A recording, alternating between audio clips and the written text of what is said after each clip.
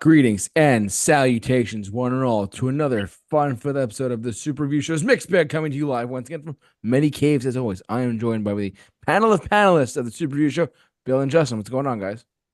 What's up, folk? What's happening? What's So, up, Buzz? Tell me what's happening. talk about the 2K, man. How about this crazy stuff that's been going on? Woo! How about them apples, y'all? So, Yeah, we didn't all die. we didn't all die. We're all still No, here. we all survived. We all survived. Hey, hey, hey. No, but as the title of this episode suggests, alludes to whatever, we're going to be discussing and breaking down part 4 of our movies through the decades right here in the Super Show. So we're talking about the 2000s tonight, when Hollywood went into franchise mode. I know Justin has a lot to say about this too, and Bill has something to say too. Yeah. All right. First of all, we want to just we got something that we're doing tonight here aside from this show.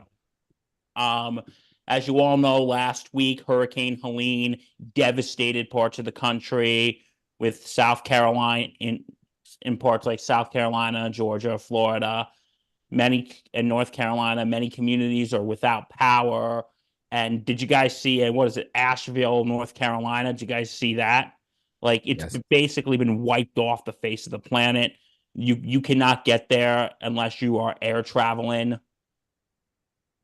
because the roads are like badly flooded, and and just a bunch of property, just a bunch of homes and have been destroyed, and people have lost their life. It's a very sad situation, and our thoughts and prayers go out to all of those affected. And but we're going to try to do something. If you want, please, if you can, donate to, we have a link in the chat, and we have a link in the description in case you watch this when we're not live, Yep. to donate to the American Red Cross to help with relief efforts there. Please, every little bit helps. Please just help these poor people who've lost, some of them have lost everything. Yep. So yeah, please, we have a link in the chat, and we also have a link in the description to donate to the American Red Cross.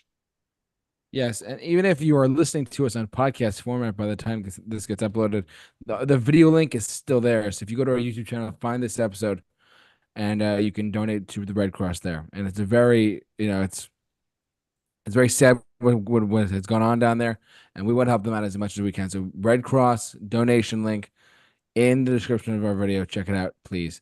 Thank you. But anyways, let's get to it, shall we? So we wake up. We're gonna party like it's 1999, right? Just kidding. We're talking about the 2000s. So where do we want to start, Justin? Where do we want to start tonight?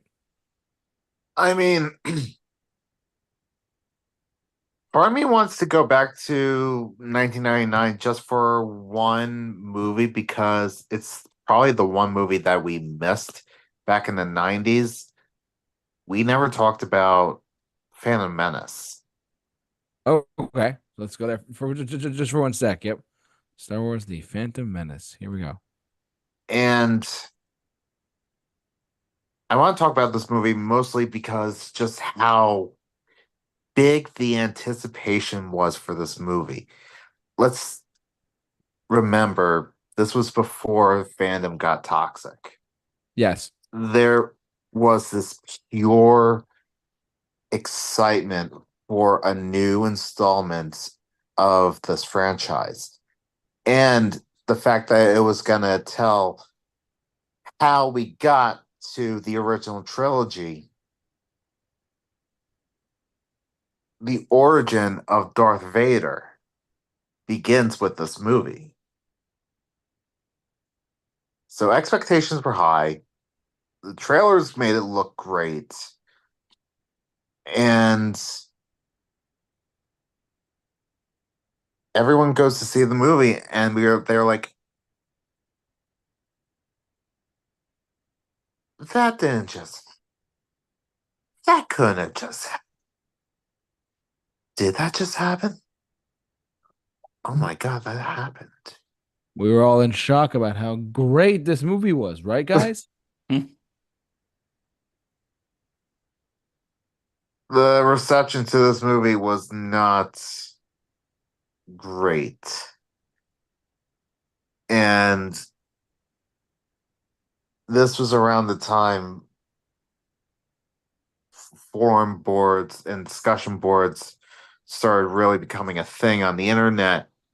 So you better believe the new hatedom for Star Wars was birthed from this movie. But you know what? When you said toxic fandom wasn't a thing, I think this was the movie that gave birth to toxic fandom. It probably was. Because look at what happened to Ahmed Best, the guy who played Jar Jar Binks. And like, Yeah, listen, we could sit here and make fun of Jar Jar Binks till the cows come home, Yep. but he got bullied. Like, people would go up and tell him, "Hey, you ruined my childhood." yeah. And it even got to the point where he was thinking about unaliving himself. Yeah, it was not a pleasant time. And same thing happened with the actor Jake Lloyd who played little Anakin Skywalker in this movie. He was bullied to no end when he was in school. And he really developed serious mental health issues later down the line. And it's not pretty. So this as bad as this movie is kind of important once you think about it. Yeah. This movie gave birth to one toxic fandom, which we did a whole thing on that like 3 years ago. Go check it out. It's awesome. We promise. Yeah, a little while ago we did that. That's right. This gave the birth to toxic fandom, and it also gave birth to to a a concept known as phantom medicine. Yes. So phantom menacing is the phenomenon where you see the movie and you basically gaslight yourself into being convinced that the movie was not as bad as it actually was. Um, I know I was guilty of phantom menacing during Kingdom of the Crystal Skull. Mm, Another George Lucas story. Coincidence? I think not. nope.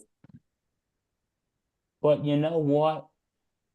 It is one of those movies. It's so bad you can actually laugh at how bad it is. Oh, absolutely. I back in college, I did a drinking game to this I movie. remember I watched it. Is it a hope? Is it a New Hope. But I'm Bing. Misa Jar Jar Binks? Yeah. No, this was the movie that gave birth to toxic fandom and phantom medicine. Yes. Unfortunately. So So what? So yeah. yeah. Anything to say on that? No, I think we kind of hit the nail on the head there. And it really kicked off the decade that would have a lot of franchise films too. Yes. And we will get to that in a minute because while the 2000s is considered the beginning of the franchise age of Hollywood, it wasn't necessarily starting with this movie. For 2000, and what was that? Well, we'll get that in a little bit. First, let's go to the year 2000.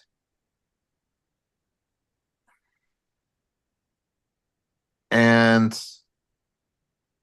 I'll be honest, the year 2000, not that many big movies. I mean, you had X-Men, you had Gladiator. Are you not entertained?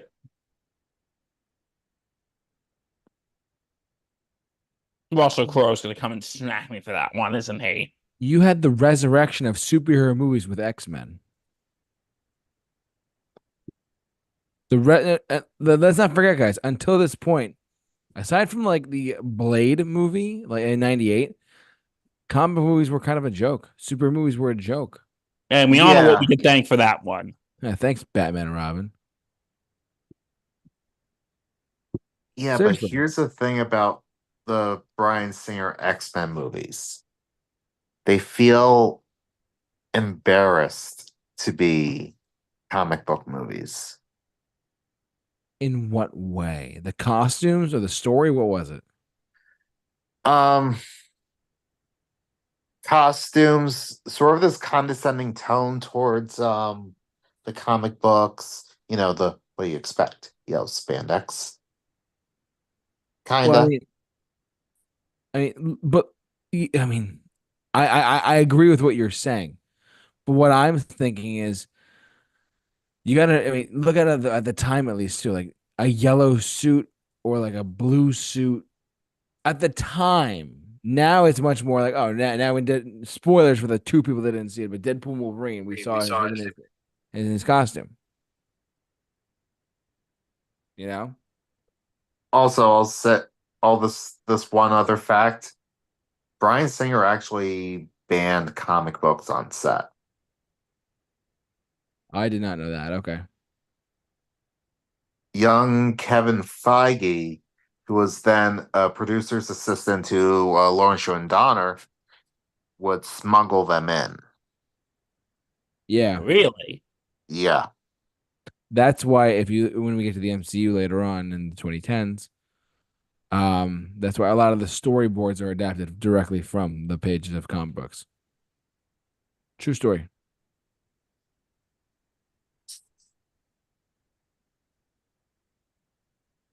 So, um, I don't want to go too much in depth of that, but I mean, but X-Men in 2000 like really just like solidified this, and also I mean, aside from a couple other franchises we're gonna get to tonight, this was the start of like the crave of the franchise film. No, aside from Phantom Yes. Menace. It's this movie plus a couple of others that are going to come out in the next year. Hey, listen, I know this isn't a franchise. It was American Psycho was 2000, right? Yes, American Psycho was 2000. Shall You want to we? get you want to get to that now or later? It's up Well, to we're you. in 2000, so That's what I mean. So, all right, cool. So So I actually saw this movie again about a week ago. yeah, isn't it like one of your favorites? Oh, it's great. and the author hated the adaptation of it. Let's go back and listen to us talk about that. And you know what? You watch this movie and you get it. He would fit in perfectly in yuppie culture. Serial killing and all. I think this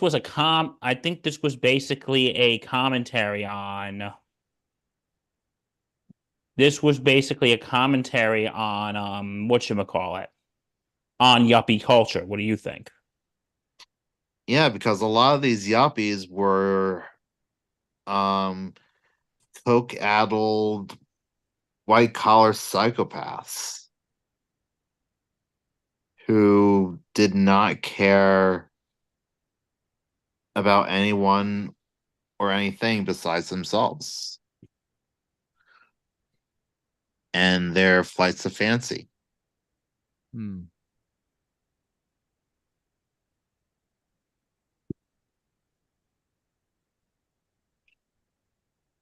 Wow.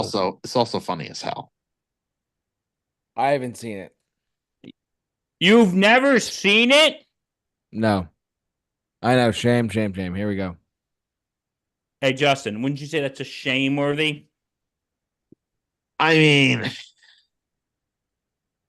it's a movie that you're e- you're either going to see it one of two ways. You're either going to see it as a chilling thriller or a dark comedy. I see it as the latter. Okay. Um, it is not for everyone. But if it's any consolation, you essentially get to see Batman kill the Joker. Hmm.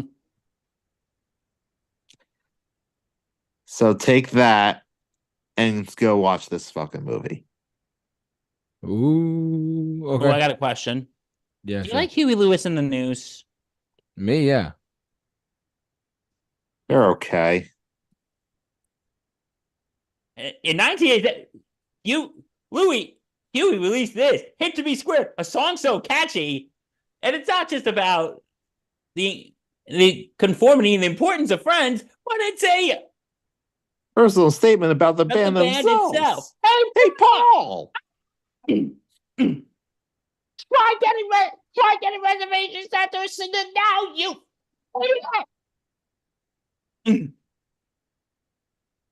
But no, that is like really, that is really the. I think that whole movie is social commentary on yuppie culture. For those of you who don't know what yuppie culture is, yuppie stands for Young Urban Professionals, which was something that came of age in the late 90s. Hmm. And how would you describe a yuppie, Justin? Um, you know those young stockbrokers on Wall Street The finance bros, as we call them. that's doing coke off of hookers' asses and basically Jordan Belfort in The Wolf of Wall Street. Which we'll talk about next week. We will.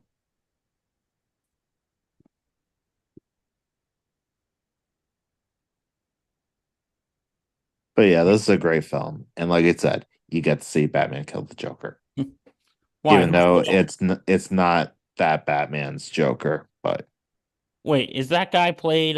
Is Paul played by Mark Hamill? Jared Leto actually. Oh, wow. Oh, okay. So this is the Joker you want to see die. Oh, my God. And You're ridiculous. All right. What else we got? his last name's Bateman. What's Bateman minus one letter? Batman. And also, because he was actually, here's some Easter eggs here. He was based off of Norman Bates. Oh, makes sense. Because think about it this way. Bateman. And, Bateman. and also, there is a scene when Christian Bale says, "Hey, it makes me think of Ed Gaines." Going, who? A serial killer from the 1950s. When I see a pretty woman, I think of one I want to ask her on a date, or two, how good would her head look on a stick or something?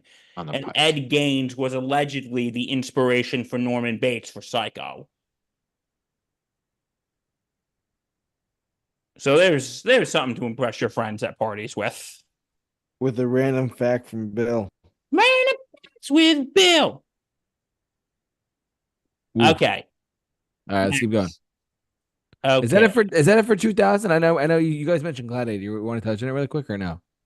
I never actually saw it. Yeah, me neither. But all I know is, are you not entertained?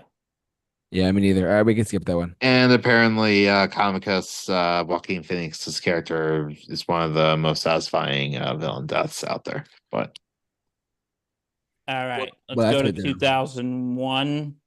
All right, 2001, A Space. I'm just kidding. Let's talk about what came out in 2001. Oh, I know what came out in 2001. dum bum bum ba da da da da. I don't recognize that theme song. You're gonna have to remind me. Lord of the Rings.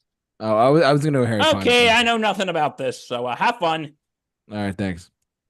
Well, I mean, I've only seen like the first one, so Well, this is the first one. I know we could talk about it. The first one's the one that matters in my book. All right, my precious. Anyways, go on. I mean, this is the one, along with one other movie this year, that really convinced studios, oh crap, we don't even have to bother with A-list talent as much anymore. We can just use the IPs to sell movie tickets. Yep. So the big names in this movie, you have Ian McKellen, you have Christopher Lee, um, Elijah Wood, not really a big name. Sean Austin only did a couple of films. Yeah, this the probably the movie that really blew Sean Astin up. Yeah, if you think about it. Um, this was all based on the love of the Lord of the Rings. Like The One Ring to rule them all. you guys, it's was before this movie, it was believed that fantasy movies were box office poison. And this They proves they weren't. and this, along with one other movie this year, put fantasy right back on the map and made them uberly popular.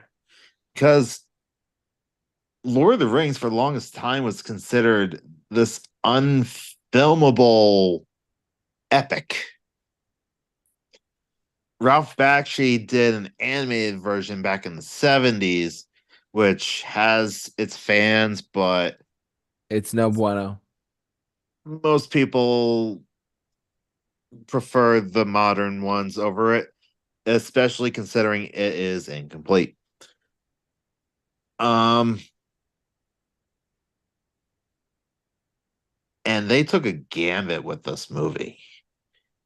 They filmed all three movies back to back to back. And they So released if it in 2001 and 2002 2002 and and 2003. 2003. Yes, yes. And the third movie ended up winning Best Picture. A lot of people say that's the greatest movie of all time because of the box office, the 11 Academy Award nominations, and the Best Picture win. There's an argument. I don't know if I agree with it, but there's an argument to be made there. Well, Personally, there's also an argument to be made that that movie had too many endings. So, I mean, it was like the third film, and it ended like I don't know. I saw what I saw was on TV. It was like on TV for like 5 hours. I'm like, yeah, okay, I can watch this. I have a hot take really quick. I'm just gonna share it with you. Um, I'm when it comes to my taste in sci-fi fantasy, generically, I prefer sci-fi over fantasy. That's just me personally. I don't hate these movies. They're just not my thing. The Lord of the Rings films. I'm not saying I'm not saying I don't like them. I'm saying that for me personally, I've watched them and I'm like, okay, they're good. But some people are like, I guarantee you some people listening to us are like, oh my God, how could you say such a thing? All art is subjective, all film is subjective. We went over this before. In all seriousness, though, it's not bad. It's just not for me. And yes, these films are universally beloved, and people are like, oh my God, it's the greatest thing ever. I get it. I just they're not for me. Respectfully, I will acknowledge their greatness. I will acknowledge their fantastic elements and whatnot. But for me, it's like they're good, not like life shatteringly like wow. You know what I mean? So that's just me. And I've seen the first one. I've seen the second one, and the third one too. I've seen the whole thing. What am I thinking about? Talking about? Yeah. So yeah. I mean,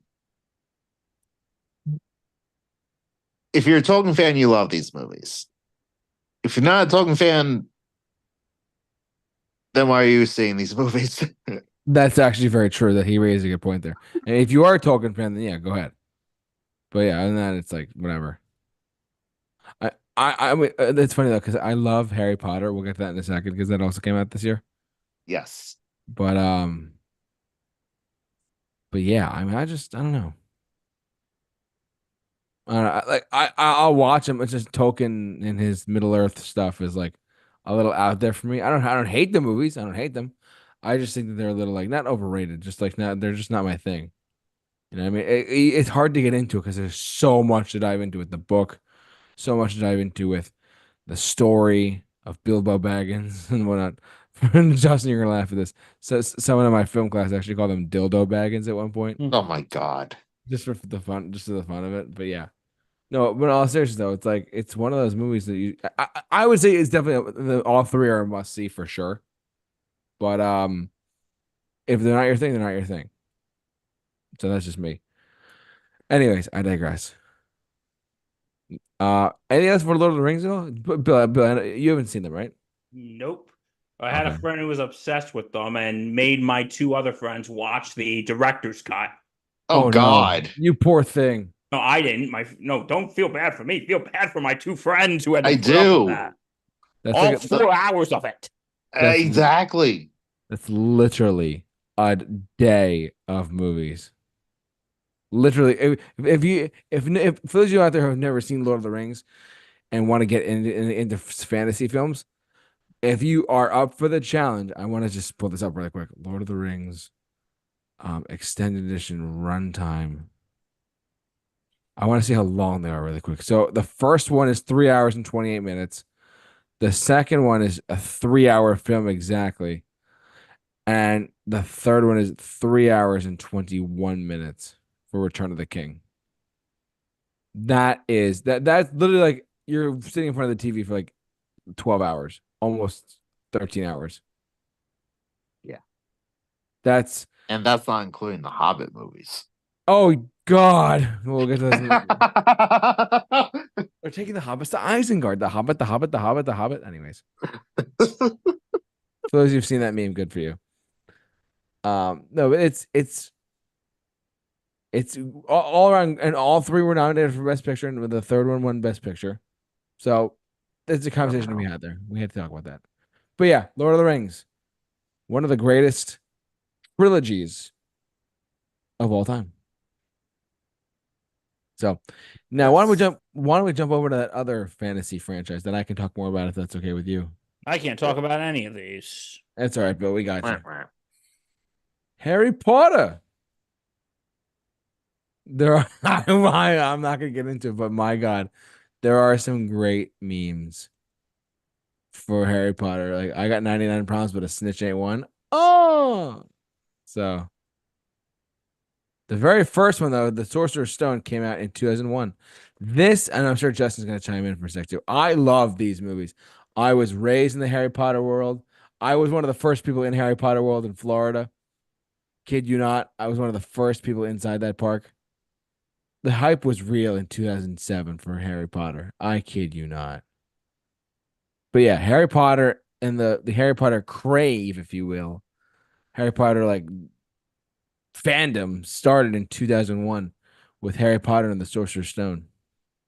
Yeah. Can we just say it's a great story about a boy and a yin and a yang type of relationship throughout the movies and the books? Yeah. Right? You know what I mean? So I love these movies. I saw one of the earliest memories I have actually is seeing Goblet of Fire in theaters.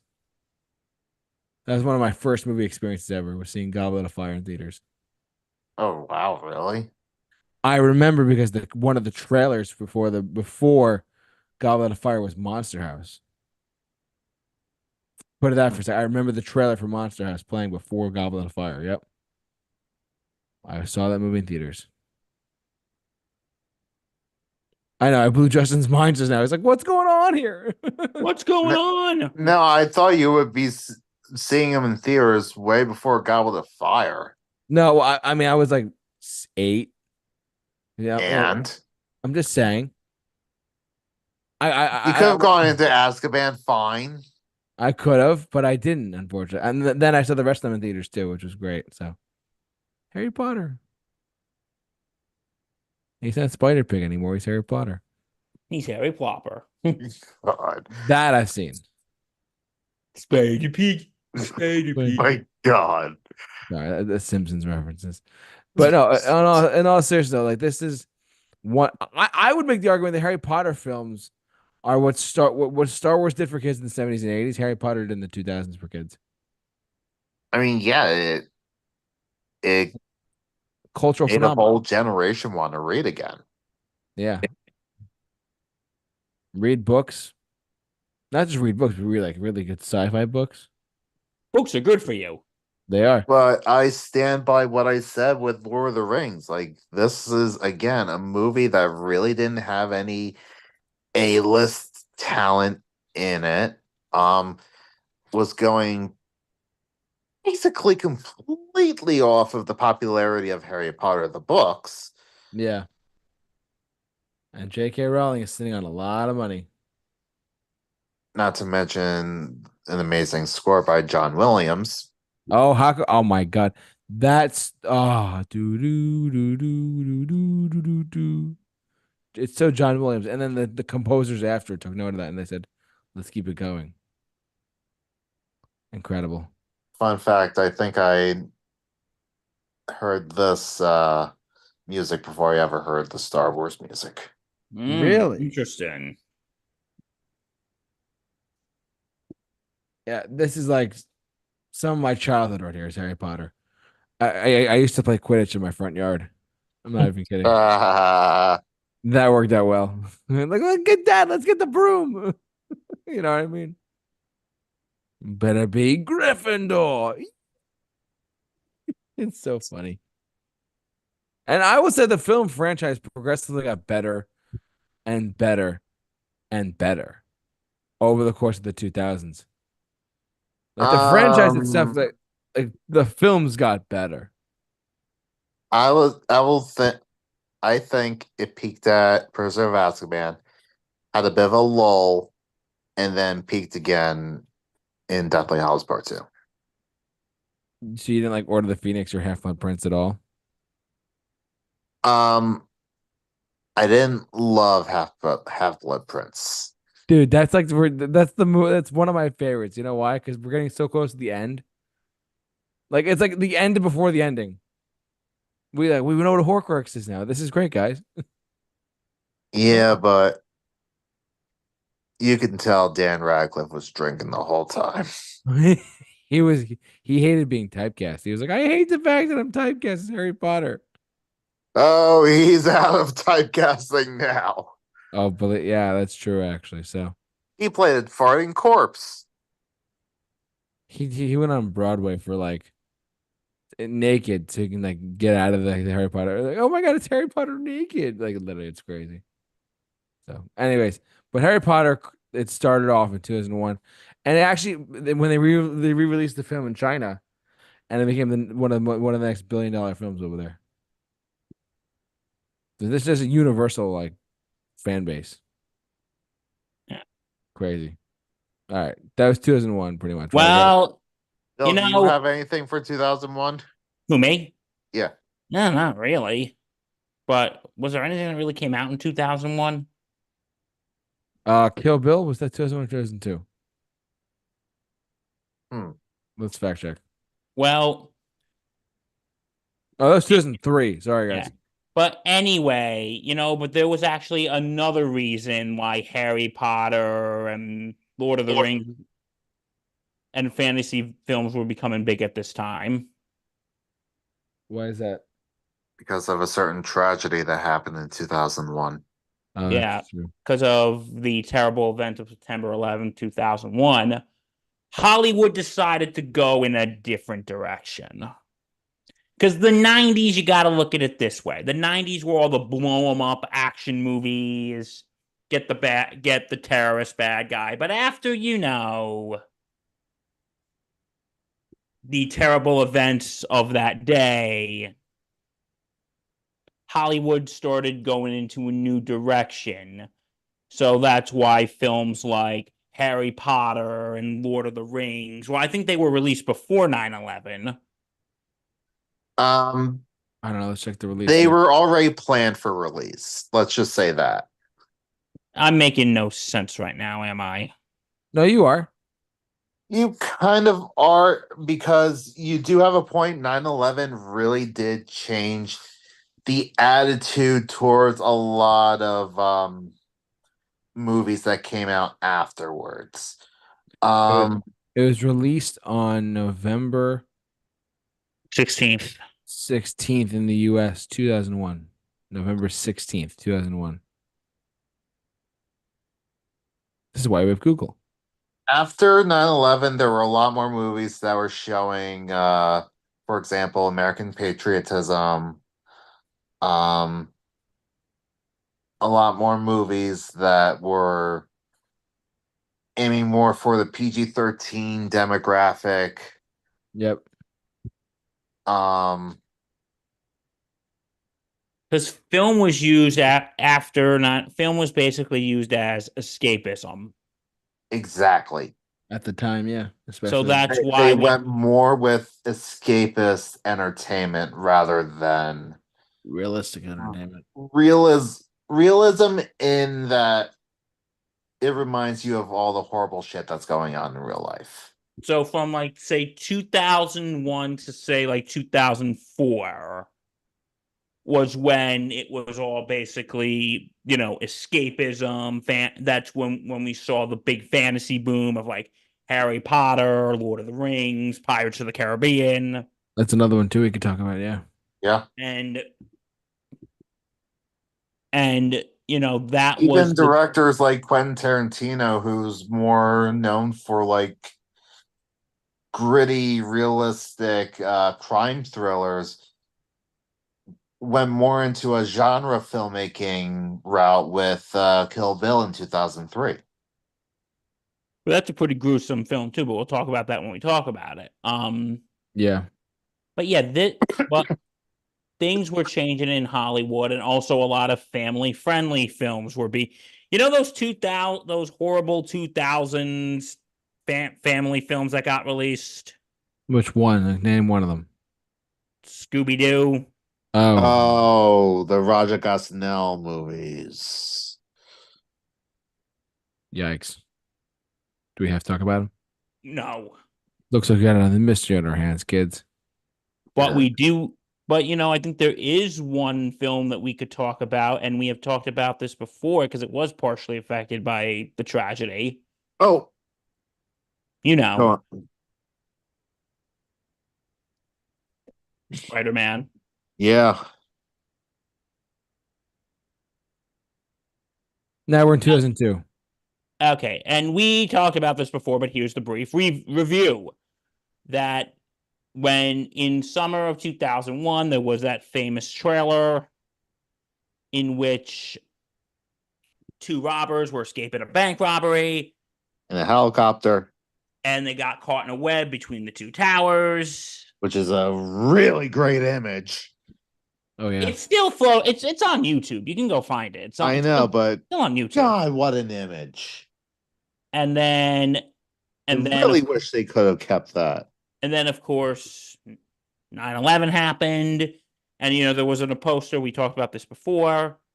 That there is a picture. If you look really closely, there was an image of the towers in Spidey's eye. Yeah. And they had to get rid of that. And, of course, Justin said American patriotism. What was at the end of the movie?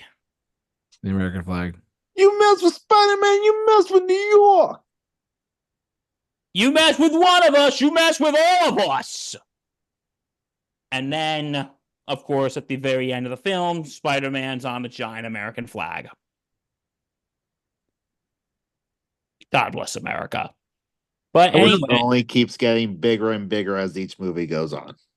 Yeah. I don't think it was in 2002, though. I mean, in Spider-Man 2. I don't think it was in Spider-Man 2. No, but the one in Spider-Man 3 was kind of ridiculous, let's be honest. The one where he's about to go fight Venom, yeah. Yeah. You know what? And you got to look at it this way of the importance of this movie. Because, okay, it's some cheesy 2000s superhero movie. This was the comic book movie. We talked about X-Men, but this was the movie that helped resurrect comic book movies.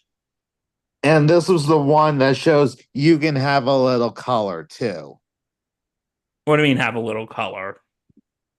Not all superheroes have to wear black. Hey. No, I'm just kidding. Like, these were the movies that, like, okay, that you can have some fun. You can have some camp. Because after Batman and Robin... Oh, God. I know, we like to live in a world where that movie doesn't exist. It doesn't exist. Well, we have to acknowledge it exists because without its existence, we wouldn't have the later Batman movies. True. But but like we said, in late 90s, early 2000s, comic book movies were basically box office poison.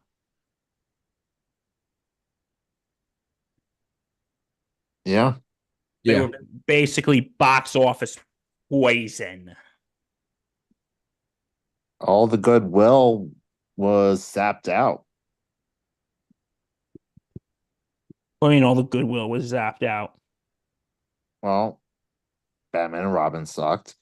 Superman 4 sucked. Dolph Lundgren's Punisher movie sucked. So Howard the Duck sucked. this was the movie Sucked that eggs. helped bring back comic book movies. The big one we'll get to later. Don't worry. We'll get to the big one later.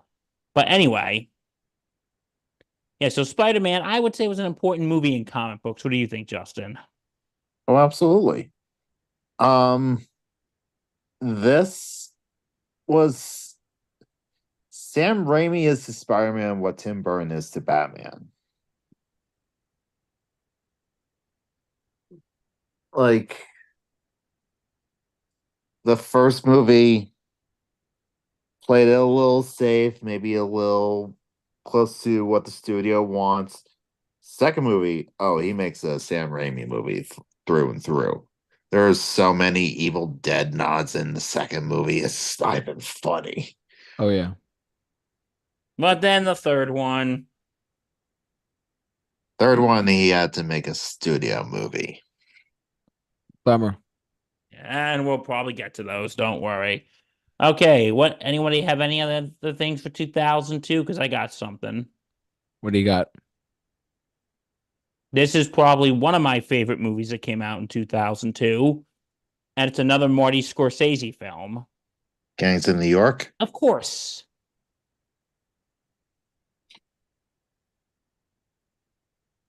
We talked And about it a while ago, but yeah, go on. I've talked about this a lot.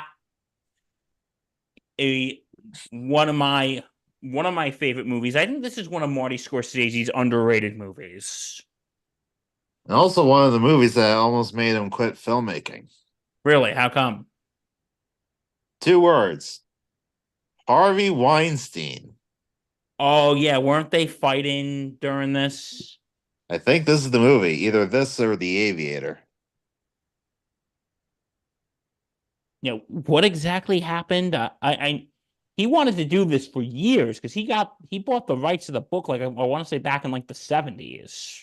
You mind if I look it up real quick? Sure, go right ahead. But anyway, I have talked about this. Daniel Day-Lewis is Bill the Butcher was on my top 5 movie villain list. Yeah, Bill the Butcher was on my top 5 movie villain list. And I just love it. And it's a part of American history we don't really hear about. It was the draft riots that people were protesting the draft riots of the draft of the Civil War, mainly Irish immigrants, because they're like, hey, this is not our country. Why do we got to go fight for it? And one of the most bone chilling scenes, and this is a scene that's very overlooked, when Leonardo DiCaprio said they announced that if people lit candles, if people wanted the blood to continue, light candles, and people lit candles so immigrants could fight against the system. And this film is just absolutely it gets very overlooked for Marty Scorsese. It gets very overlooked. All right, Justin, did you find anything? I think it might have actually been The Aviator. Okay, when did that come out? 2004. All right. Okay, anything else for 2002? Now let's go to 2003, guys. Should we talk about Kill Bill? Wait, me? Why me? Um, Ah, you're funny. You see what I did there, didn't you? It took me a second there, but yes, I do. I do. Um, Confession. you've never seen it. I've never seen Kill Bill 1 or 2. I Well, haven't either. I've seen one. Okay, Justin, you tell you. What do you got? Um, this was Quentin Tarantino's first foray into genre filmmaking. Before he was doing crime thrillers like Pulp Fiction, Reservoir Dogs, Jackie Brown, this is the first time he really tackled anything that sort of threw back to the exploitation movies of the 70s that he grew up on. Mainly these samurai movies, revenge thrillers, ninja movies, anime even. This movie is packed with such charisma and coolness and insane stunts, incredible dialogue, and I love the I love the fight between the Bride and the Crazy 88. It is probably one of the best fight scenes put to celluloid. And I do mean celluloid because he filmed these on film. He does not fuck with digital. Nope. But this movie is violent. Very, very, very violent. But it's a stylized kind of violence. So it still is in that bubble of escapism. It's just a very different kind of escapism.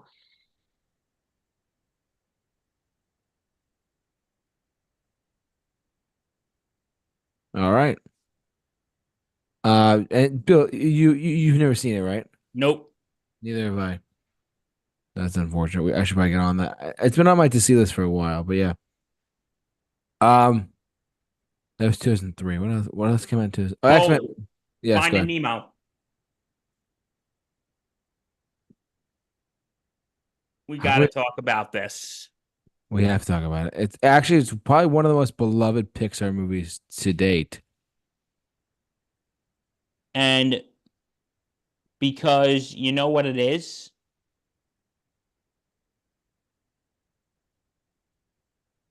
Nostalgic?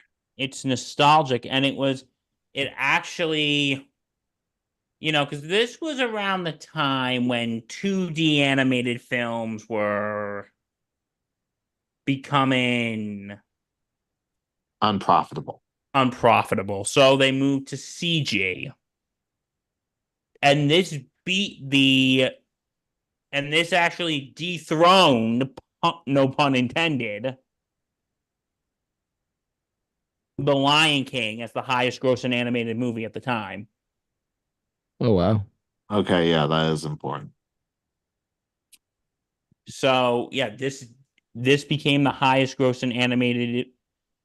This became the highest grossing animated film at the time, and so this was showing that hey, 2D is out and CG. Is in.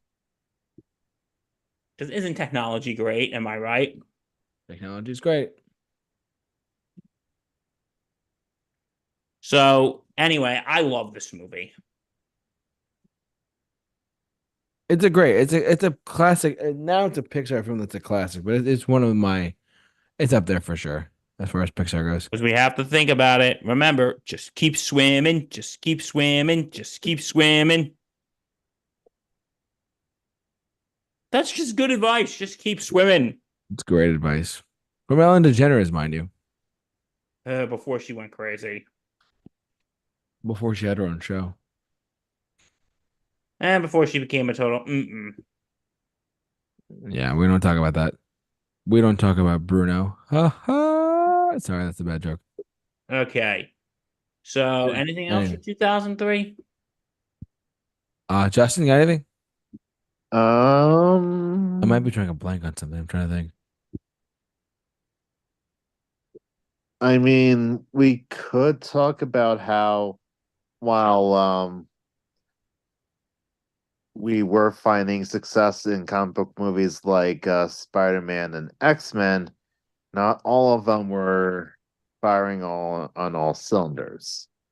All right. What do you What got do in you mind? mean? Let's talk about Ben Affleck's Daredevil.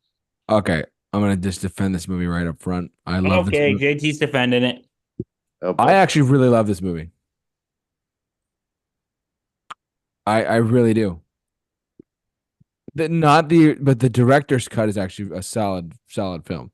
The theatrical cut's one thing, but the director's cut is actually really good. Do they still have the playground scene? If you take that out, it's a great movie. I'm not saying I'm not saying it's a bad movie. I think if you take that one scene out, though, it's actually a really great movie. But honestly, I love the movie personally, but that's me. It was one of the first. Now I'm gonna date myself. This is one of the first movies I ever bought on iTunes. Wow. That you are dating yourself there, Pally. Before Netflix like took off or Disney Plus, I bought this movie on iTunes so I Yeah, could watch it remember on my buying movies? yeah. Remember that, guys? Remember those days? Where you had to buy a movie or rent a movie. I bought this movie and I loved it because I'm a little biased because Daredevil is my favorite Marvel character. But in all seriousness, I enjoyed it for what it was worth. Okay. So I cut Justin off though. What did you have to say about this? Um, it was not received well. It was not. You're right I about that. don't think it did that well in the box office. Let me just double check that. I'll check that too. Hold on. It's definitely a product of its time, but it's still very good for what it's worth. Let's see. Okay, it made about like two and $100 million over its A budget. So hundred, I guess it broke even. $178 million on a budget of how much? On a budget, so it made $100 million. That's not bad. I think it broke even after like marketing and all that. Yeah. You know who Foggy was John Favreau. Yes, it was. How could we forget that? Before he was Happy Hogan. Well, before he entered the MCU was Happy Hogan. I'm just surprised we didn't see Daredevil show up in Deadpool and Wolverine. Hmm. I'll go that far. Um, probably That would have been funny, though. You have to admit. probably would have been awkward with Jen. Well, she made it awkward in the movie. Remember? Yes, I do.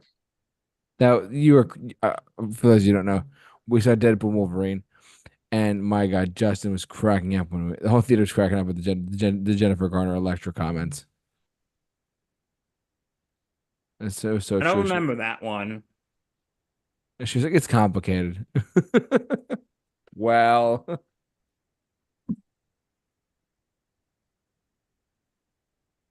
yeah. Sorry, I kind of hijacked your pick here. It's fine. I'll give it this. I Colin Farrell wasn't boring. Neither was if Michael Clark Duncan. if you want, rest in peace.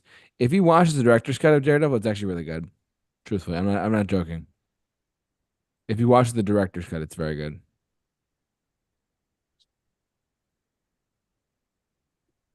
So just saying. If you Okay. what? If you watch the director's cut on wherever you can, um, it's actually really good. That cut is really good. The director's cut's great. The teeter totter scene is one of the worst in all of comic book history. but still, it's a great movie. Solid movie overall. I love Daredevil. It's great. Jennifer Garner was great too. Ben Affleck, come on. He actually took on this role because he thought he would never play Batman. He's a Yes. sweaty. He built, guys. Ben Affleck built a bat cave in his house. I'm not even joking. He actually did at one point. And then let alone what happened about 13 years later. We'll talk about that when the time comes. But yeah, so Talk about that next week. next week we'll talk Yeah. about that enjoyable film. And let's not forget all the evanescence in this movie. Oh my God, that's the product of its time part. Is the soundtrack. Wake me up inside. This movie has 2000s written all over it. Yep. All over it. That's the thing with a lot of the Fox movies is they date themselves instantly. Hardcore. They do. It does date themselves, but it's still. I liked it. I liked it a lot. It actually came out on Valentine's Day. What a movie to take your date to. Yes, go see Daredevil on Valentine's Day, everyone. 2003. Daredevil, the movie. Ben Affleck, Daredevil. Jennifer Garner. Daredevil, coming this Valentine's Day to a theater near you. So, Drag your anyways, girlfriend. drag your girlfriend to go see Daredevil. I would challenge someone a couple to watch this movie. It's actually very good. Anyways, I digress. Is that it for 2003, guys? Yeah, that's pretty much it. Now we go into, oh my God, no, not that year. Not that year. Uh-oh, Bill's having flashbacks. Bill's having flashbacks. Oh no. No. No. No. No. No. No. 2004. Any year but that. Any year but that. Please. There really wasn't a lot of really good movies. There's a few that came out that year. There's good movies, just that a lot of them were sequels, is all. This one wasn't. The Incredibles was not. The Incredibles was not a sequel. It has sequels on the way and stuff like that, but The Incredibles from 2004 was a great movie. One of Pixar's best. And actually the best Fantastic Four movie out there. Damn it, Justin! Mm. We have to go there. As someone who enjoyed the Silver Surfer in that movie, we got not the movie with this. We got the great character. That was it. Dr. Doom was terrible though. And Galactus. He's not a poo cloud, everyone. Oh my god. It's a giant poo cloud in space. I still think Robert Downey Jr. is going to knock it out the park with Doom. I'm sure he will. So, but The Incredibles, one of the greatest Pixar movies out there. Just one of the best. It really is. Well,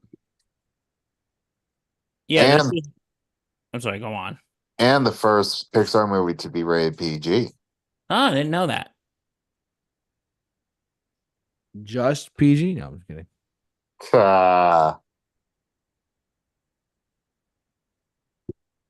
Well, who knows? Now that Deadpool and Wolverine was the first R-rated MCU movie, Justin, do you who think knows it was what other Disney properties are going to get the R treatment?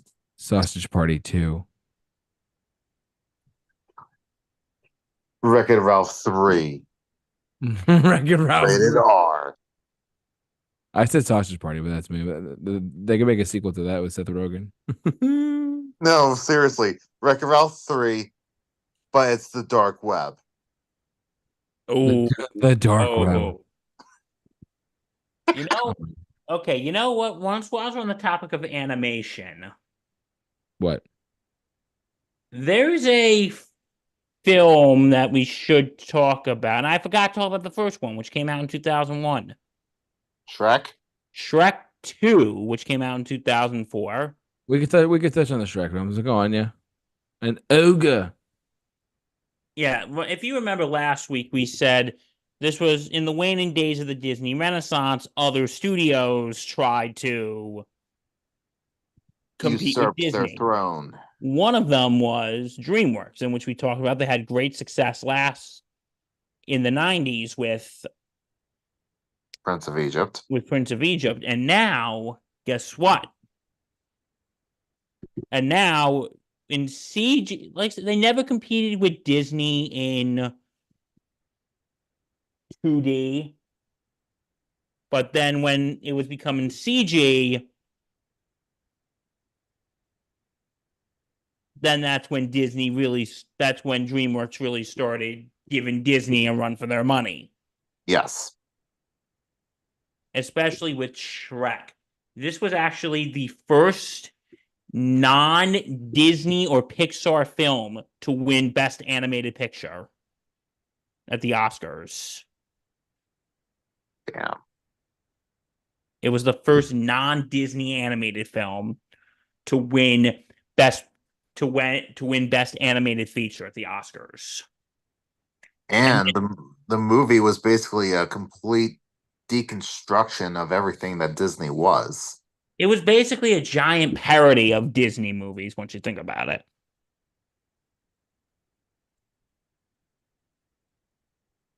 Exactly. But you know who the best character in this movie is? Shrek. Donkey. Donkey. Donkey. Donkey teeth.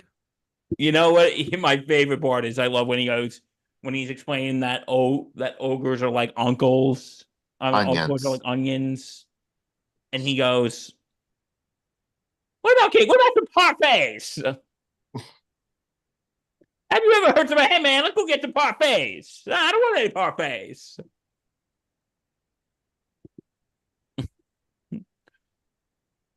Come on. Donkey is awesome. He is. And then in 2004, we got Shrek 2. An Ooga. In which some people think is even better than Shrek. I Yeah. disagree. There is a sizable community that actually thinks that Shrek 2 is the better of the two. And one of my favorite characters, Puss. In Boots. You have to deal with Puss in Boots. The position of annoying talking animal has already been taken. Okay, Justin, do you like Shrek 1 or Shrek 2 better? I've seen Shrek 1 more. I do think that Shrek 2 has the funnier jokes. I like Shrek 2 kind of better. JT, what do you think? Shrek 1. To each their own. Me personally. I like Shrek 2 better. Okay. There should be another comic book movie we should talk about in 2004. Let's hurry this up. I want to get out of this year as quickly as possible. I mean, we don't have to talk about Spider-Man 2. We don't really have to touch upon the sequels that much. Yeah. Unless it's like really significant. But some people did consider it the best comic book movie till a certain movie came out. I think it's one of the best ones of all time. Okay, well, I think the work with the villain is great. I think the Raimi-isms in the movie are great. Still not completely sold about Peter's whole nervous break in the movie. Okay. But no, the train scene is like one of my favorite things. Oh, train scene is absolutely amazing. Killer. Spectacular. Amazing. I already said amazing. Oh, well, damn it. Damn you. Sensational. Justin, I get it. I I caught your drift. These films blew up the box office too. Should we talk about the Oscar winner that year, or is that going to throw everything off?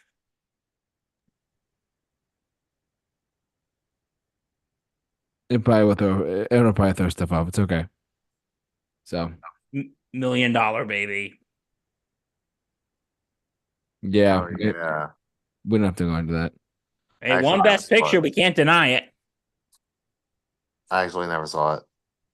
Neither have I'll I. be honest. It's a hard film to watch, especially the ending. Mm. All right, anything for 2004? We finally getting ready to get out of this godforsaken year. 2005. What do we got? Hey, JT, what actually happened in No, we don't discuss 2004? it. We don't discuss it. It doesn't exist. It doesn't exist. It doesn't I exist. I don't know what you guys are Bill, talking did about. you take your special medicine this morning? Oh, you mean my I want to forget the Yankees blew a 3-0 lead in the ALCS meds? Yes, those meds. No, I ran out, I can tell. and my insurance won't cover them.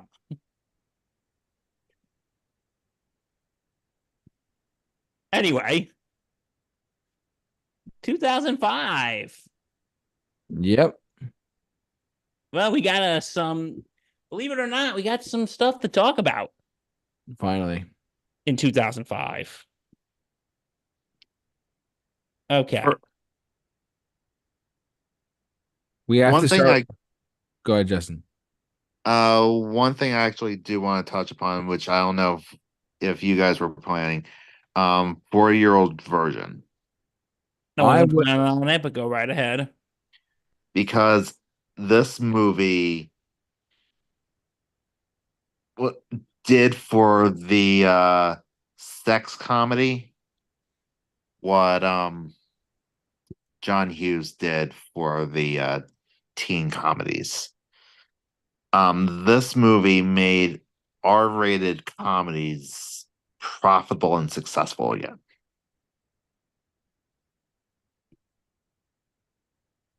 And that was all thanks to Judd Apatow's taste for gross out humor, with a little bit of stoner humor mixed in for good measure.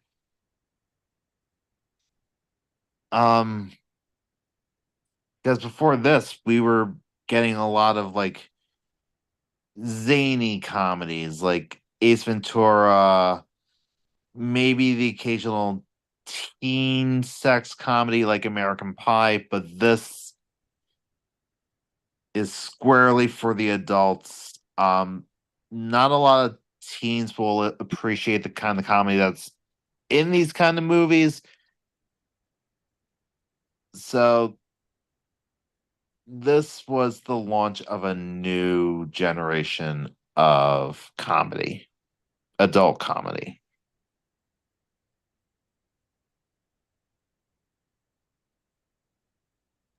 Agreed. I can 100%. agree on that.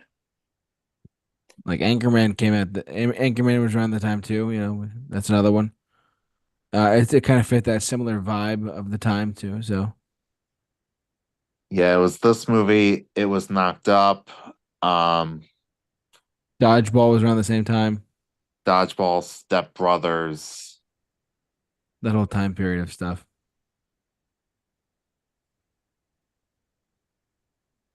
So yeah, absolutely. Um, I think we should talk about one that yes, we went on the superhero role for a little bit. Why don't we talk about the rebirth of Batman? Well, as the old saying goes, things got to get worse before they got better. And now they've officially gotten better. What do you think? Always darkest before the dawn, Master Wayne. 2000. This was after Batman and Robin. They didn't touch Batman with a 10-foot pole for a while. Yeah, they let it go on the back burner for a little bit. There were talks of other Batman projects. I think Darren Aronofsky wanted to do a Batman Year One with Frank Miller. But that didn't pan out. Eventually, Chris Nolan, who has had great success with his movies such as Memento and Insomniac, uh, he got the chance to direct a Batman origin movie with a script by Dave S. Goyer and got Christian Bale to play Bruce Wayne. And instead of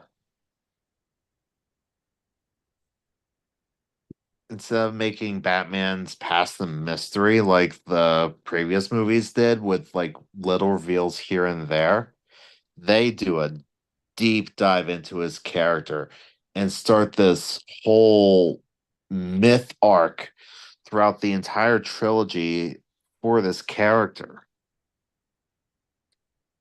Like that's something that hasn't happened yet, was a complete trilogy that tells a beginning, middle, and end for a comic book character.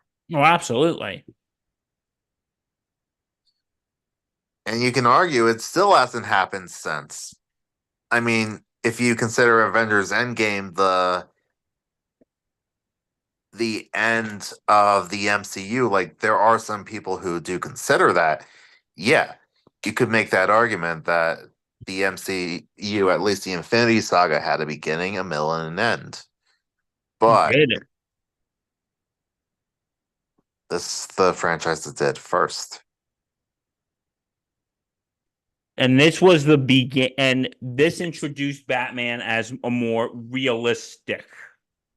This introduced realism. Now, granted, still somewhat fantastical in some areas. Scarecrow.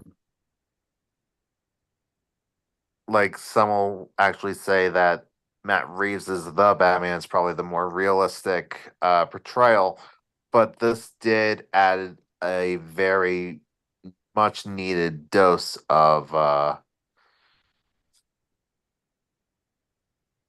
realism into the franchise Yeah. that I don't think the character ever truly shook off.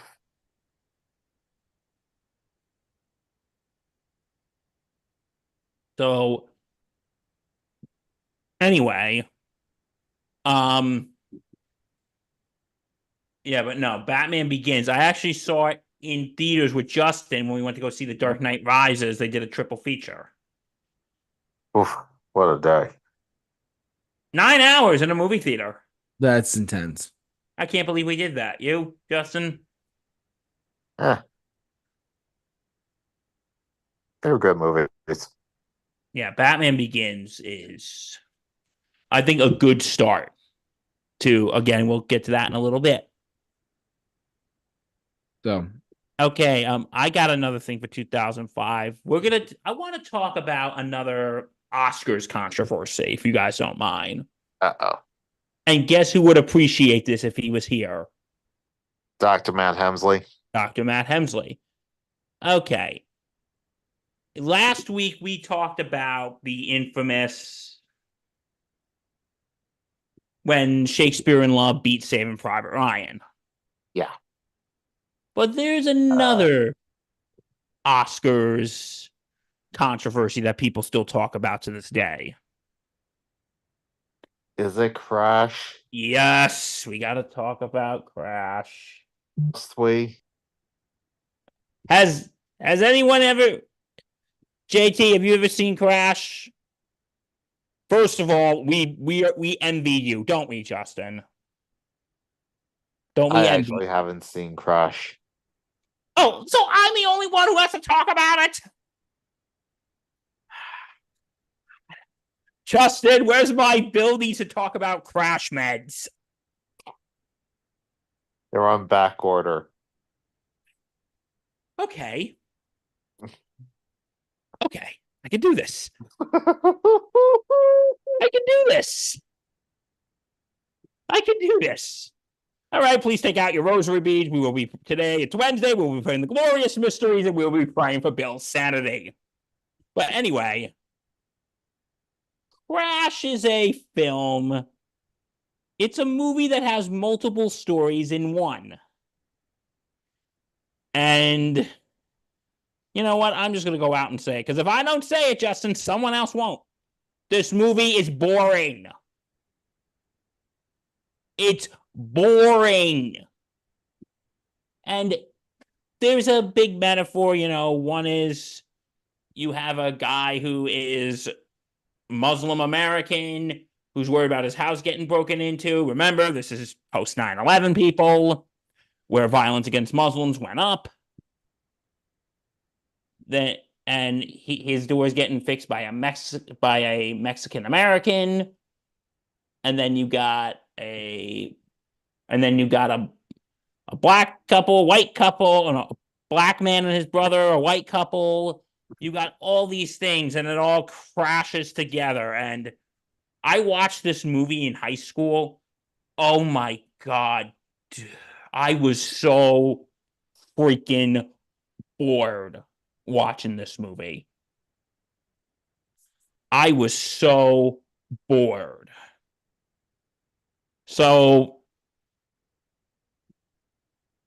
And this movie was just made for it's supposed to be about racism and stuff. Don't get me wrong. Racism is a very important issue, and it is sick in our society, but it's one of those movies that's very preachy about its message. You know what I mean, Justin? Yeah. It's one of those movies that puts message, guess what? Over story. Yeah, this is that movie that puts message over story. But anyway, there was another film that came out that year, and people thought it was going to be the heavy favorite. And it was on another social issue. And that film was Brokeback Mountain. And that movie was Brokeback Mountain. And I've never seen Brokeback Mountain, but from what I know, it stars Jake Gyllenhaal and the late, great Heath Ledger. Don't worry, we'll talk about him soon, I promise. But the film is about two cowboys in the 60s, and it turns out they're gay. But the film was critically acclaimed. But you also got it, and it was going to be Brokeback Mountain or Crash. And there were other good movies that were nominated. There was Good Night and Good Luck, Capote, Munich. But Bill, I have a question for you. yes. Who produced Crash? I know Paul Haggis directed it. But who produced? Is it who I think it is? That's what I'm asking. I don't know. Can you look that up for me? Actually, you know what? I'll look it up. I got it here.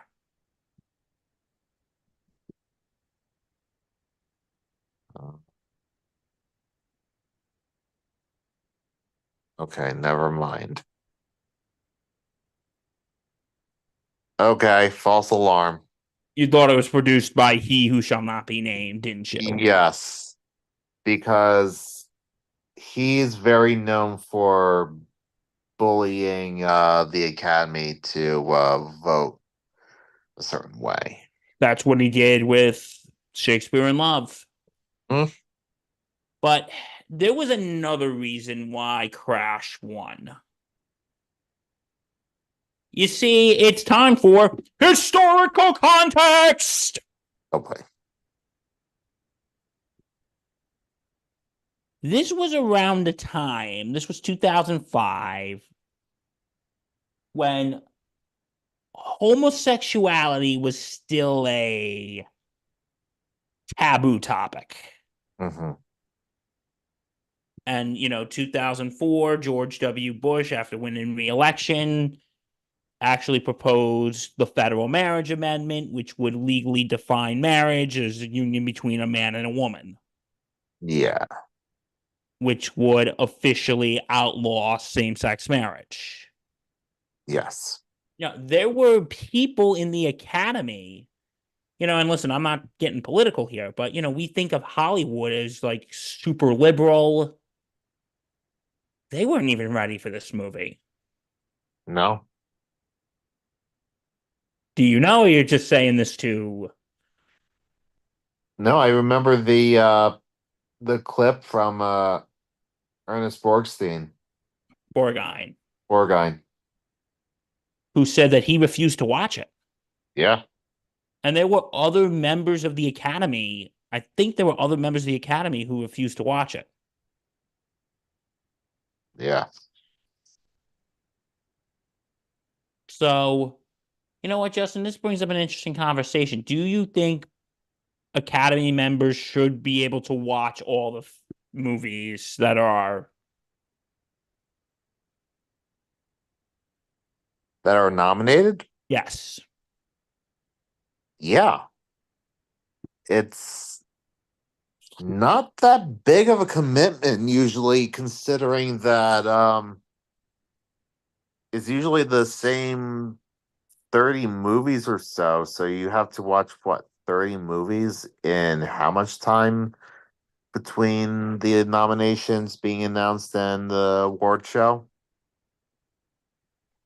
2 months? It's a movie every other day. It's not that bad. And what would you say to the people who goes, I don't want to watch this movie. This movie goes against my deeply held beliefs. Um, 2 hours of your life. yeah, seriously. And listen, I know there are people who have deeply held personal or religious beliefs about this and whatever. But this film, yeah, even, and because again, the irony is, we think Hollywood is being big, liberal, and all that, but they weren't even ready for this movie. And I think at the end of, and again, more historical context, you got to think about it this way. You know when the last time, Justin, a majority of Americans opposed gay marriage? 2010? Yeah, right on the money. Good job. Thank you. Yeah. I remember reading that somewhere. And guys, that wasn't too long ago. 2010 wasn't that long ago, Justin. Am I right? Yeah. But you got to think about it this way. At the end of the day, Hollywood made Crash ended up winning Best Picture, and Hollywood made the safe choice. Hollywood made the safe choice. And you know what even makes it more infuriating? Paul What? Haggis, the director of Crash, even straight up said, yeah, Brokeback Mountain should have won. Yeah. And and and we referenced this before. They surveyed Academy members on controversial decisions to said in 1994 they would have picked Shawshank Redemption over Forrest Gump. 1998 they would have picked Saving Private Ryan over Shakespeare in Love. This time around, if they would have voted again in 2005, they would have voted for Brokeback Mountain over Crash. So, Justin, any thoughts on what I've just told you? Not really surprised. Viewpoints changed, and this movie was vindicated by history. And you know what? I think it's again society changes Mm-hmm. because again, and that survey was done in 2015, the year that same-sex marriage was legalized in the U.S. Yeah. So it shows that society changes. And you know what? I'm sorry. If somebody says, well, I don't want to watch all the films that were nominated, then guess what? You shouldn't be part of the Academy then. Your job is to watch all the films and then be fair and objective and pick a winner. Yeah. If you didn't want to do this, then you shouldn't be a part of the Academy. Okay, so that's my talking to one of the biggest Oscar controversies. All right, let's move on to 2006, a year that I barely remember. Yeah, seriously. Let's look up what came out in 2006. Nothing happened in 2006. The best Pixar movie came out in 2006. Nope, that's not true. The What about best Pixar movie came out No, in 2006. no, it did not. Yes, it did. It came out on VHS It as did well. not. Yes, it did. Cars came out in 2006. We could talk about that for just a hot Ugh, second. why? Lightning McQueen. Anyways, sorry. I love what? him. What did you just say? Lightning McQueen. I love this guy. I'm Oh, bonus. I heard you say something else, but let's go on. Let's move on. We have to touch on cars, guys. JT, I think Cars. you're being a little obsessive over memes right now. I love cars. Cars are cars memes. Turn right to go left. It's such a dumb movie. Cars 3 was actually the best one of the three. I'm not gonna lie. Not saying much. Not saying much. Lightning McQueen The best Pixar movie. What about Toy is Cars. Story or Finding Nemo? It's Cars 3. It's Cars 3. Cars 3 is the best Pixar movie. Hell, I'd Hands even take The Good Dinosaur. no good dinosaur for me. Only Cars 3. Lightning McQueen. Ew. If he Anyways, does that again, you can smack him, Justin. no. Okay. Nope, you have my permission, Justin. Here you go. Here's your card. Lightning. Next. Okay. Casino Royale. Ooh, yes. Is that the beginning of Yes, the beginning of the Craig era of James Bond. Bond, James. James Bond? Now, notice we haven't talked about James Bond since Doctor No. True that. Or the 70s for that matter, too. Well, that's because the James Bond movies were very episodic. In the 70s and in the 80s and 90s. Yeah, like, Not all of them were good, too. well, that's the thing about episodic movies like the James Bond franchise is if one's not good, the next one could be great for all you know. Like Octopussy, then Skyfall.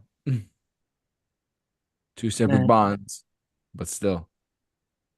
Anyways, this was the beginning of the Daniel Craig movies, which actually had a beginning, a middle, and an end. This actually had a myth arc to it. Hmm. And this was a very different Bond. This was a James Bond that did away with all the goofy gadgets that turned the later movies into essentially Austin Powers movies. Hmm. Because once Austin Powers parodied James Bond, it was anything that James Bond did that was like classic Bond just made it look silly. So they got rid of the gadgets. They made him a little closer to his novelization counterpart. And James Bond was a ruthless, ruthless killer. And Yep. that was a really, really awesome movie. I haven't seen this one. Oh my God. I know. Shame on my part. Dun, dun. Dun, dun, dun, dun, dun, dun, dun, dun, dun, dun, dun, dun. James Bond. James Bond. Which he doesn't say until the very end. I love Daniel Craig as an actor, though. He's Oh, great. he's great. So All right. Anything else in 2006? I think that was it. Yeah, the 2000 was kind of rough. You know, Yeah. let's go to 2007. What came out in 2007? Oh, we have to talk about that one. Talk about what? We have to talk about it. What? Transformers. Why? Because Why? it was a good. The movie could have been. The movie was good at best, but you have to admit the CGI in it was incredible. Give me a headache. Did it really? Most of Michael Bay's movies give me a headache. Because you know Michael what all it is? Explosions. and boobies and explosions and boobies. Nothing but explosions and boobies with Michael Bay. If I'm being honest. No, but this All that, and it feels like the camera has, and apologies to anyone who actually has this, but it feels like the camera has ADHD. maybe. I don't know. I liked it. I liked the first one personally. It's the start of the $1 billion franchises. Think about it. This movie made how much money at the box office? It made on a budget of about $145 million. It made $700 million at the worldwide box office. Dark of the Moon was like huge when it came out too. Let's not forget that. So, anyways, the Transformers franchise started in 2007. I like this movie a lot. Do I love the franchise? No, there's been a couple missteps. Age of Extinction and Revenge of the Fallen. But no, I like this. I like these movies too. So that's just me. And did you guys know they're planning a G.I. Joe Transformers live action crossover film? Yes, I'm aware. I'm actually Can't excited. believe it's happening. It only took them like 20 years or 30 or 40. It's the cartoons and the comic books. I'm excited for that. That should be interesting. So, anyways, I digress. All right, I'm 2000. going to bed and God bless. I'm gonna do that in about 5 seconds because I've been up since like 4 a.m. All right. Also in 2007, the comic book movie boom starts to falter a little bit. We're starting to get We have Spider-Man 3 and X-Men The Last Stand. Spider-Man 3, X-Men: The Last Stand, Fantastic Four, Rise of the Silver Surfer. Yeah, other Marvel heroes did not do that. They did what the box office. They just didn't do. Box office wise, Spider-Man 3 was a hit. Yeah. Was the third highest grossing movie of 2007 behind Pirates and Harry Potter. So that's And another thing. Superhero movies were not the conquerors of the box. Were not the conquerors of the box office that they were at their peak. You okay? Yeah. Sociable today. No, you're absolutely right.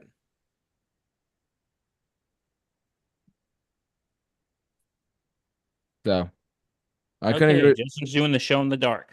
I couldn't agree with Justin more there. That was not me. You're good, bud. Anyways, 2007. Yeah, because you had Spider-Man 3, you had X-Men The Last Stand, and Fantastic Four Rise of the Silver Surfer. Movies that did well at the box office for the most part, but were not critically widely accepted until next year. We did we agree to talk about Iron Man, Yeah, I think we did. I think we should. Justin? It laid the groundwork. Yeah. All right. All right, right. starting in Because 2008. we didn't really understand what was going on yet. So let's talk about it. The official, the one that started the MCU. Yeah, but we didn't know what that was yet. We didn't know what it was. We thought it was just a one-off. Back then, all we knew is Paramount Pictures was making an Iron Man movie with a new studio, Marvel Studios, And a certain actor was making his comeback. after extreme tour de force performance in Kiss Kiss Bang Bang. Oof.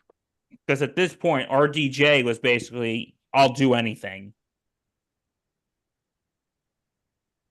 And there was a lot riding on this film because if this failed, then there was a whole plan that was going to get scrapped. And it worked. It didn't. It did not. It worked. It did not get scrapped.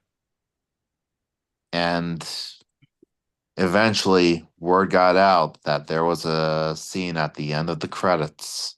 Oh, a post-credit scene? What's that? And again, we didn't know what this was gonna be. When you watch I have to talk to you about the Avengers Initiative. so like at first if you're watching this, if you're a novice, you're like, okay, what is he talking about? But if you've read the comics, you're like, oh, are they gonna do it? That's coming? And that's the thing. No one knew if that was actually going to happen or not That's because superhero team up movies were essentially a pipe dream. Do you know how long people were waiting for a Batman versus Superman movie? decades. There was literally a product placement for it in the I Am Legend movie from 2007. Yeah, literally. There, and that's a Warner Bros. Movie too, right? I believe so. Yeah, it is. So the fact that they were doing this spoke volumes. But the fact that they were making Avengers their prime property, Yeah. it kind of spoke to the resources that they had to deal with. Because I don't know if any of you know this, but before 2012, Avengers wasn't that popular of a book. I knew that. X-Men, that was Marvel's pride and joy team.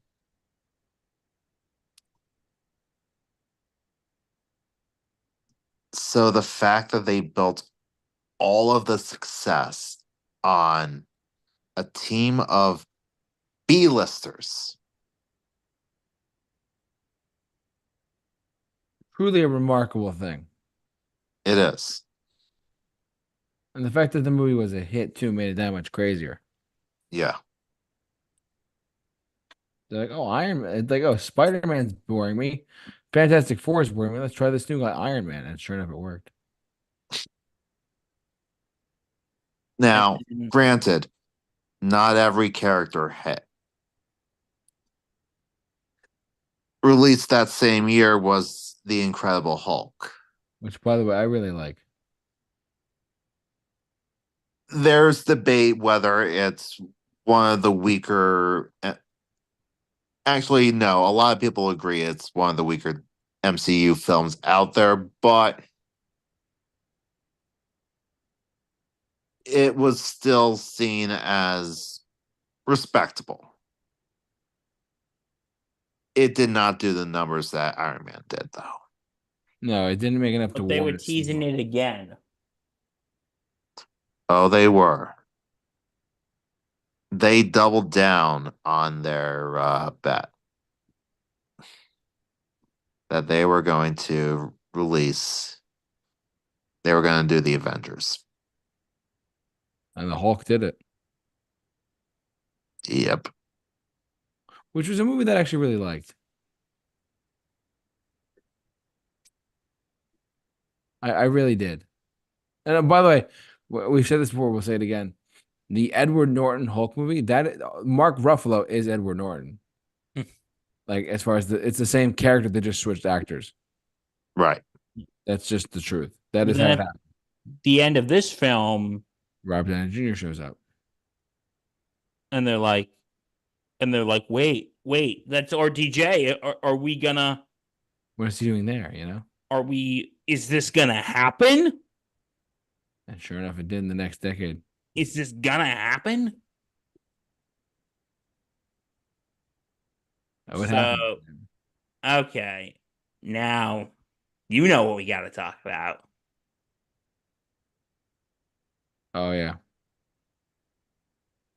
We did a movie commentary for this movie actually back in 2018. Bill and I and a couple other friends of mine. Well, as we had stated, in the late 90s and early 2000s, comic book movies were box office poison. This was Iron Man and this freaking movie, the sequel to The Dark Knight, the sequel to Batman Begins, The Dark Knight. Comic book movies have risen from the grave. They were back. Justin, am I right? Oh yeah.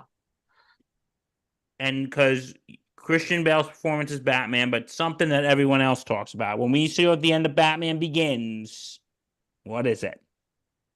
A Joker card. So when you see that, guess what you're thinking? Holy shit, guess what? They And got him do the Joker. And then we got Heath Ledger as the Joker, who was fantastic. Okay, if you're a comic book nerd, he's not in the comics. He's not like the comics. That's more Jack Nicholson. Happy. Come on, Justin. One of them were going to come and say something like that. Mm-hmm. Because you know how the purists are. I know. But no, this was when comic book movies have officially hit salvation. I would make an argument that this movie's more of a cop movie with Batman in it. And that's a fair analysis. Justin, what do you think? I'm sorry, what did you say, JT? I said I believe that this movie's more of a cop movie with Batman in it than it is a Batman movie. Yeah, because from what I understand, Chris Nolan took a lot from like Michael Mann movies of the 90s when he went out to make this movie. It really showed in the first 15 minutes of this movie. Yeah. It became more of a cop drama than anything else. With Batman in it, but it wasn't as Batman centric. Like the first one and the third one were very Batman centric. This one is called The Dark Knight. It's like, oh, it's more of there's a lot of cop action in it too. Yeah. It's kind of like it was a weird thing that they did. So that's just me, but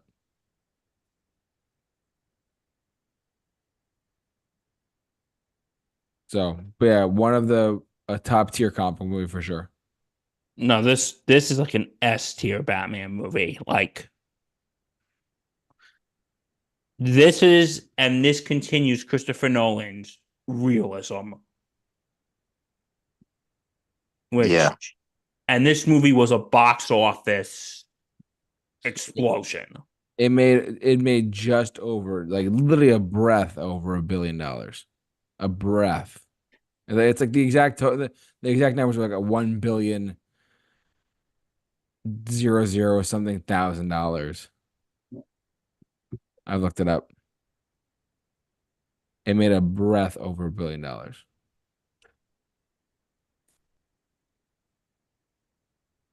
So, but yeah, still a good movie. Oh, absolutely great film. This is one of those films where the sequel is better than the original. It's the Empire Strikes Back of the Batman trilogy. I would say even better Godfather 2 of the Batman trilogy. Ooh. Yeah. Yeah. Well, Empire Strikes Back. I still actually think Godfather 1's better than Godfather 2, but okay, are we ready to close this decade out? Yes, and we're gonna close it out with the a very solid year in cinema, actually, with one of the most successful revivals in all of cinematic history of the 2000s. Okay. We did this for the 70s. We're doing it again. Star Trek 2009, baby. I love this movie. You knew it was coming, Justin. J.J. Abrams, you want to talk about reinventing a franchise? J.J. Abrams took Star Trek out of hell because at the time there was no new, literally, Star Trek fans were literally dying off. They were literally people were dying and like, oh, there's no new fans of the franchise. I mean, I'll say this. Without these movies, there probably wouldn't have been Star Trek Discovery, Strange New Worlds, Yeah, even any of the Star new shows. or even Star Wars with J.J. Abrams and later on, The Force Awakens, because Well, he Which we'll talk about. well, some might consider that a blessing, but So I love this run of Star Trek movies. I love this franchise so much. But yeah, Star Trek 2009, one of my I just love this Kelvin timeline. I'm one of these people, for those who listen to us for any period of time, I'm a big fan of the Star Trek movies from the past, and I'm a big fan of the Star Trek movies from the past and the present too. I'm a fan of the franchise. But this is one of those movies that just if you haven't seen it, get on it. It's a really great time travel reset movie for the Get franchise. on it. Get on it. Dude, dude. So yeah, this is a great movie. I love this movie to death. And it revitalized Star Trek. It brought back sci-fi to a T. So needless to say, the Enterprise has never looked better. And that's for 2009 guys or no? well, Um, there's one movie that we kind of have to talk about. no, is it what I think it is? Transformers: Revenge of the Fallen. No, I'm just kidding. What is it? Avatar. Do we have to? We I kind of mean, have to. we kind of have to. It made a lot of money. Well, we don't have It's to. the highest grossing movie of all time, not adjusted for inflation. Well, because James Cameron was a little salty towards Kevin Feige, so he had to re-release it. And Disney still made the money because they own Fox. Yeah. So it was a win-win for Disney, I take it. It was. I reckon. To them, it was just healthy competition and earn them more money. Yeah. This might seem an unpopular opinion, but It's like their employee of the month. oh my God, Justin. I actually like this. I actually like this movie. I don't love it. I don't think it's anything super special, but I like it. I like the concept of it. It's interesting. It The CG is incredible. That's the thing.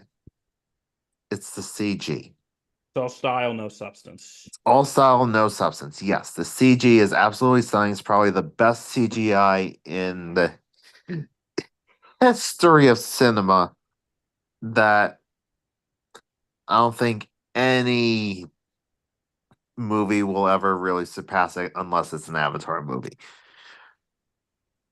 Avatar 3 will surpass it. But the story, it just isn't there. Boring. The characters are not likable. Why couldn't we end on Star Trek? Sorry, I had to. No, but I still like the idea of it. I mean, as a sci-fi nut, I've always liked the way of it, like the whole like and Now, Avatar the Way of Water. There was more about water. This one's about Earth. So, now, granted, never got to see this in IMAX 3D. ooh, Okay, granted. So maybe that plays into it a lot more than I think. But It from might. what I saw, it was just pretty, and that's it. It's a pretty long movie, though. You got to admit. Oh my god, it's long. How long is it? It's 3 hour movie. Just 2 hours and 42 minutes. Essentially a 3 hour movie. Imagine if they had an extended edition. We should do movie Oh commentary. my god! Please No. If we do that, Justin and I are taking a moral stance. Moral stance of saying no. If you make us do that, we don't show up. Justin, are you with me on this one? We could turn it into a drinking game. Justin, are you with me on this one? Ugh. So whatever. We would go on strike if you make us do that. The way of water. So All right. Anything else, or is there nothing else to say now? there's nothing else to say now. We good?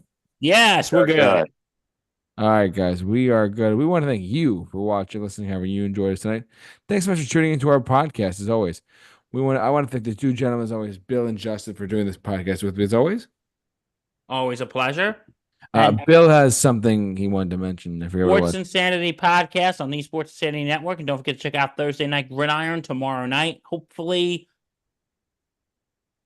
we preview the Bucks and the Saints.